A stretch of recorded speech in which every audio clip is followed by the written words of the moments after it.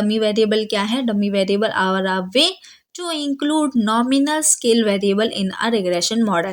मतलब कि आपके पास एक रिग्रेशन मॉडल है, उसमें अगर आपको एक कोई ऐसा वेरिएबल निकालना है जो कि एक नॉमिनल स्केल वेरिएबल है, तो उसे क्या है, हम डमी वेरिएबल के थ्रू लगा सकते हैं, ठीक है। एंड यहाँ पे नॉमिनल वेरिएबल क्या है? Nominal variable represent categories with no inherent order. मतलब कि कौन से वेरिएबल नॉमिनल होंगे जहाँ पे वो एक तो एक कैटेगरीज में हो एंड उसमें कोई भी आपका ऑर्डर ना हो। जैसे कि जेंडर हम ले लेते हैं, तो इसको हम मैक्स टू मैक्स 3 कैटेगरीज में डिवाइड कर सकते हैं एंड मिन 2 में कर सकते हैं। तो ये हमारा एग्जांपल मिनिमम 2 वाला है, इसको हम 3 में भी फर्दर डिवाइड कर सकते हैं, ठीक है। जेंडर में हम ये क्या है, कैटेगरी में तो हमने डिवाइड कर दिया, बट आप इसको क्या है, एक ऑर्डर दे सकते हो कि मेल हमारा पहले ही आना चाहिए, या फिर उसके बाद मेल के बाद फीमेल आना चाहिए, या फिर पहले फीमेल ही आना चाहिए फिर मेल आना चाहिए। नहीं, इसमें मतलब कि हम ऑर्डर डिसाइड ही नहीं कर सकते, इसलिए ये हमारे क्या हो गए, नॉमिनल वेरिएबल हो गए।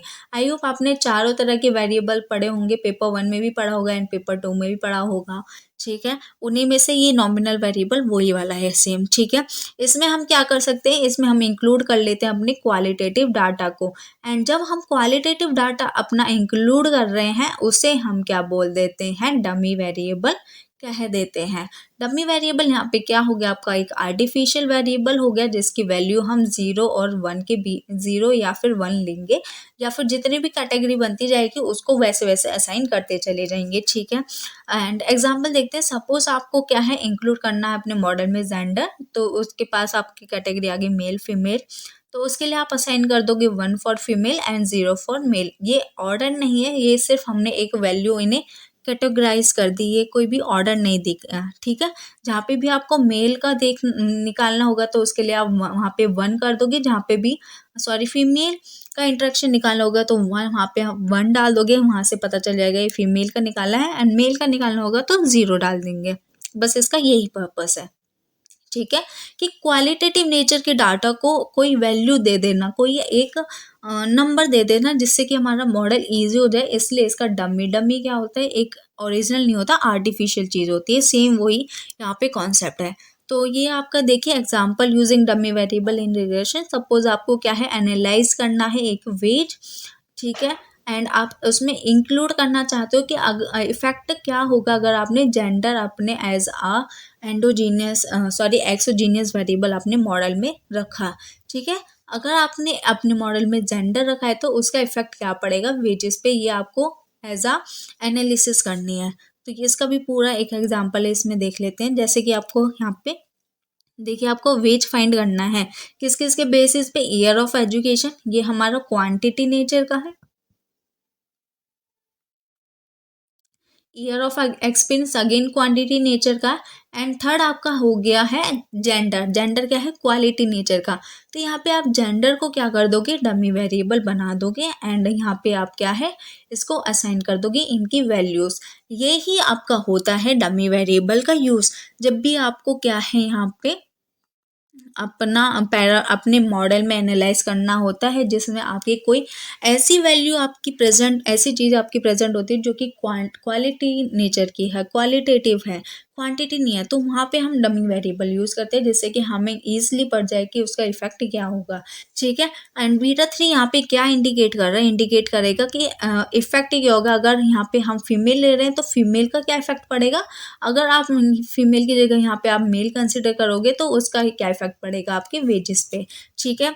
सो आपके जो ये आपका डमी वेरिएबल होगा, एंड डमी वेरिएबल में भी जब आप अपने रिग्रेशन मॉडल में सारा का सारा एंटायरली डमी वेरिएबल ले रहे हो, मतलब कि यहाँ पे हमने 3 चीज़ ली थी, दो तो हमारी क्वांटिटी थी एंड एक क्वालिटी थी, बट यहाँ पे जब तीनों की तीनों ये आपकी क्वालिटेटिव हो जाएंगी, क्वालिटेटिव नेचर की हो जाएंगी, तो ये आपका कौन सा मॉडल बोला जाएगा, ये आपका मॉडल अनोवा मॉडल बोला जाएगा, ना कि रिग्रेशन मॉडल बोला जाएगा।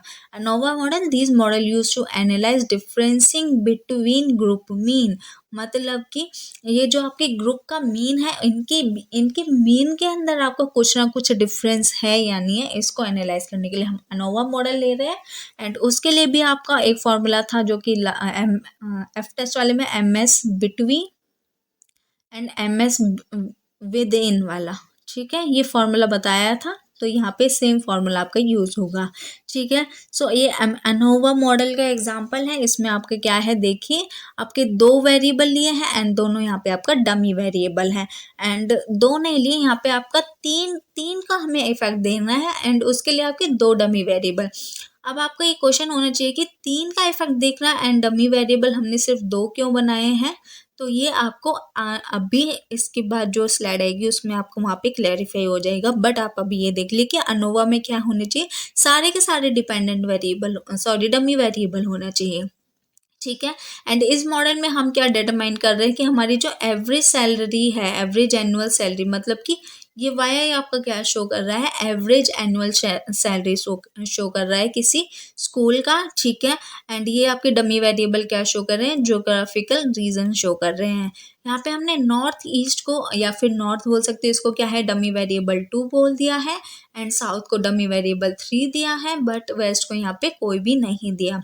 तो यहाँ पे क्या हो जाएगा, अगर आपका क्या है इफेक्ट आप देख रहे हो नॉर्थ का, तो उसके लिए 1 है, बट आप नॉर्थ का नहीं देखना चाह रहे, रेस्ट बचे हुए हैं, तो उसके लिए आप 0 यूज करोगे।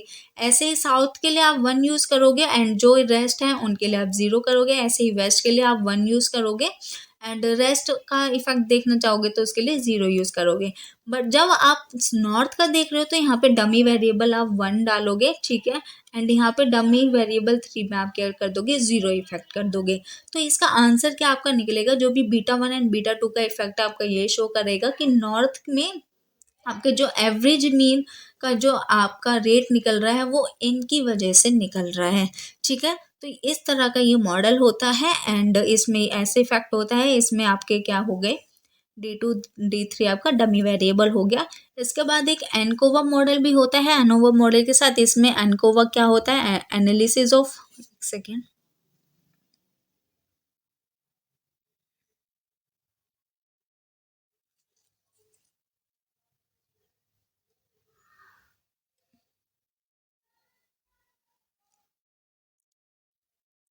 सो एनकोवा क्या है, यहाँ पे एनालिसिस ऑफ कोवेरियंस है, ठीक है।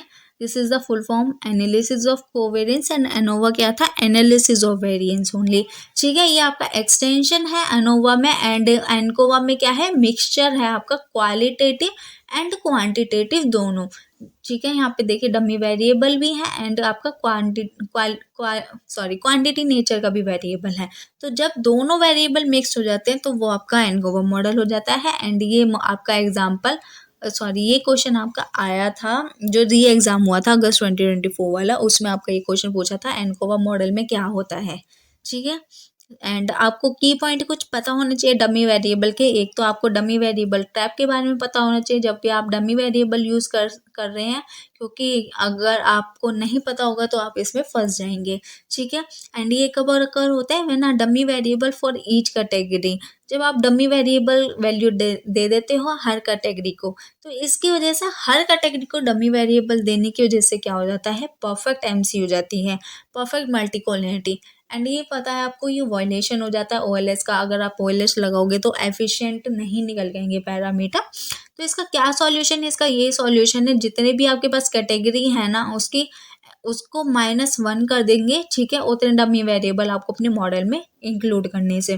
जैसे कि जेंडर की आपको कैटेगरी बनानी है, इसमें आपने 2 कैटेगरी ली है, इसमें आपको जो डमी वेरिएबल वो निकलेगा M-1, दैट इज 2-1, ये हो जाएगा आपका 1 डमी वेरिएबल, ठीक है।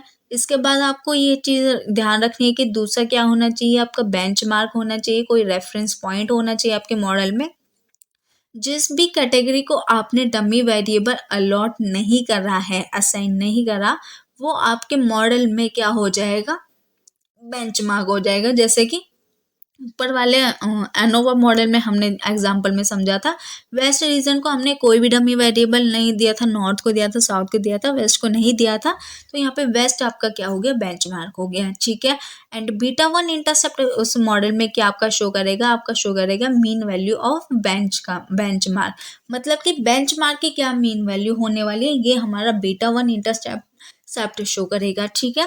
And coefficient of dependent variable को डमी वेरिएबल में क्या बोलते हैं, इसको बोलते हैं डिफरेंसिंग इंटरसेप्ट कोफिशिएंट बोलते हैं एंड ये शो करता है कि mean value of category with dummy variable differs from benchmark category.